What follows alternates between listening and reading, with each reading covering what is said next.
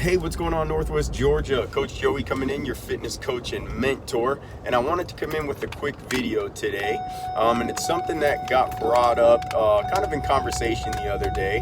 And it is the cost versus value, and kind of the problem that people run into when they're getting involved in their new fitness regimen. And I know this is important because we're coming up on the new year, and a lot of people like to get involved in that, new fitness, New Year's resolution. So kind of going about how you decide that. Now, I know in the scheme of life that cost of things usually comes in as a big determining factor. Has to, related to maybe the house we buy, cars we buy, clothes we buy, food we buy, a lot of different things. We are always quick to look at the upfront cost or the dollar amount that something costs. But very rarely do we ever equate the value of what we're spending the money on. So a perfect example of this is if you were looking to buy a new car and you had $10,000 to spend, and you were looking at some cars, and there was a Honda Accord, and the cost of the Honda Accord was $10,500.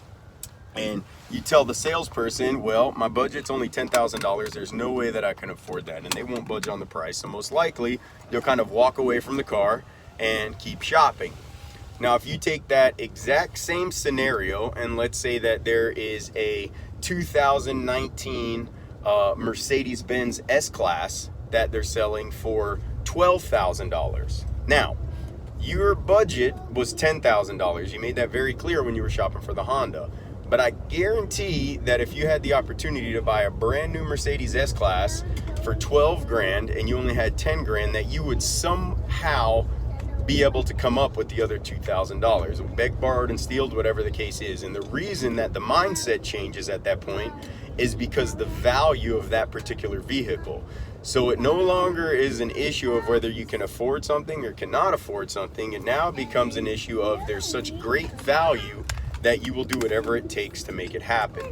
Now, the reason that I bring this up and the reason that I talk about monetary is when people are getting involved in their New Year's resolution, there's tons of different ways that you can go about it. Now, I'm always a big advocate. I don't think anybody has to go to a gym to start working out, but a lot of people choose to do so because there's a little bit of an accountability.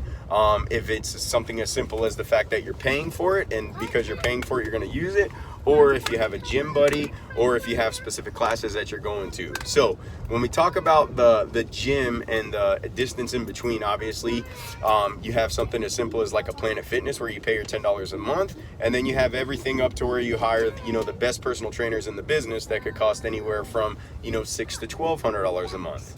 Now, when you're trying to make those decisions, you have to pay attention to the value that you're looking for and the results that you want. So if you're paying, let's say $30 a month for a Gold's Gym membership, but you're not getting the results that you want, is there any value associated to that?